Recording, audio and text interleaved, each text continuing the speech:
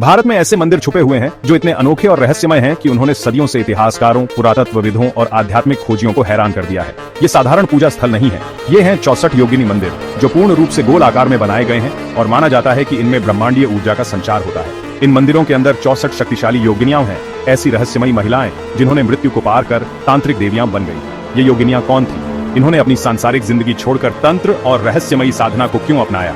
और इन मंदिरों के अंदर कौन से रहस्य छुपे हैं? आइए आज इन 64 योगिनी मंदिरों के रहस्यों को समझते हैं।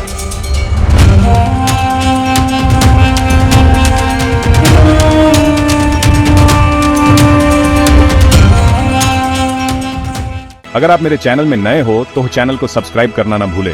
वीडियो कैसा लगा कमेंट्स में अपनी थॉट्स जरूर शेयर करें। 64 योगिनी मंदिर भारत के किसी भी अन्य मंदिर से अलग हैं। इनका गोलाकार आकार चक्र का प्रतीक है, जो जीवन, मृत्यु और पुनर्जन्म के शाश्वत चक्र को दर्शाता है। माना जाता है कि ये गोलाकार आकृतियां आध्यात्मिक ऊर्जा को बढ़ाकर अनुष्ठानों के दौरान शक्ति का एक भंवर बनाती है। ये मंदिर पूरे भारत में फैले हुए हैं, उड़ीसा के हीरापुर से लेकर मध्य प्रदेश के मुरैना तक। हर मंदिर में 64 कोटर निश होते हैं, जिनमें हर एक योगिनी की मूर्ति स्थापित है, जो शक्ति और रहस्य का प्रतीक है। परंतु 64 का महत्व क्या है? तंत्र में 64 कला का प्रतीक है, जिन्हें योगिनियां नियंत्रित और सिद्ध करती हैं। ये मंदिर केवल पूजा स्थल नहीं थे, ये तांत्रिक साधना और रहस्यमयी अनुष्ठानों के पवित्र केंद्र थे। कुछ मानते हैं कि इन्हें ब्रह्मांडीय ऊर्जा को संजोने के लिए बनाया गया था, तो कुछ का मानना है कि ये तंत्र के गुप्त विद्यालय थे, जिन्हें अनजान लोगों से छिपाकर रखा गया था। आज हम सबसे पहले जानेंगे इन योगिनियों के महत्व और उनकी कहानी के बारे में, क्यों इन योगिनियों को धरती में आना पड़ा। आज इस वीडियो में हम आपको सबसे प्रमुख 4 योगिनियों के बारे में बताएंगे।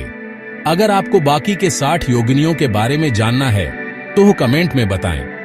योगिनियां वो शक्तिशाली देवियां जो शक्ति और ज्ञान का प्रतीक हैं। ये देवियां हमारे जीवन में अद्भुत बदलाव ला सकती हैं। ब्रह्मी, सृजन की देवी। ब्रह्मी ब्रह्मा की ऊर्जा का प्रतीक है और सृष्टि की रचनात्मक शक्ति को दर्शाती है। वह कमल पर बैठी होती है और हाथों में जलपात्र धारण करती है। ब्रह्मी का उद्देश्य सृजन और ज्ञान का प्रसार करना है। वह साधकों को यह सिखाती है कि वे अपनी आंतरिक रचनात्मक शक्ति को पहचानें और उसका उपयोग ज्ञान, कला और आध्यात्मिकता के क्षेत्र में करें। ब्रह्मी हमें याद दिलाती हैं कि हमारे भीतर असीम संभावनाएं हैं और हम सृजन की प्रक्रिया में भाग ले सकते हैं। महेश्वरी, संतुलन की रक्षक। महेश्वरी शिव की ऊर्जा को दर्शाती है। वह त्रिशूल, डमरू और अन्य शिव के प्रतीक धारण करती है। उनके चारों ओर ऊर्जा का घेरा होता है। महेश्वरी विनाश और पुनर्निर्माण की शक्ति का संतुलन बनाए रखती है। वह साधकों को अपनी विनाशकारी प्रवृत्तियों को नियंत्रित करने और आत्मशुद्धि का मार्ग अपनाने की प्रेरणा देती है। महेश्वरी सिखाती है कि जीवन में संतुलन बनाए रखना सबसे बड़ा आध्यात्मिक गुण है। वैष्णवी, संरक्षक देवी। वैष्णवी विष्णु की ऊर्जा का प्रतीक है। वह शंख, चक्र और गदा जैसे आयुध धारण करती है। वैष्णवी साधकों को नकारात्मक शक्तियों से बचाती है और आध्यात्मिक पथ पर उनकी रक्षा करती है। वैष्णवी का संदेश है कि साहस, एकाग्रता और धैर्य के साथ कोई भी बाधा पार की जा सकती है। दोस्तों, आज की वीडियो में हमने बहुत कुछ देखा और सीखा। अगर आपको और भी जानना है या कुछ सवाल पूछने हैं तो नीचे कमेंट करना ना भूलें।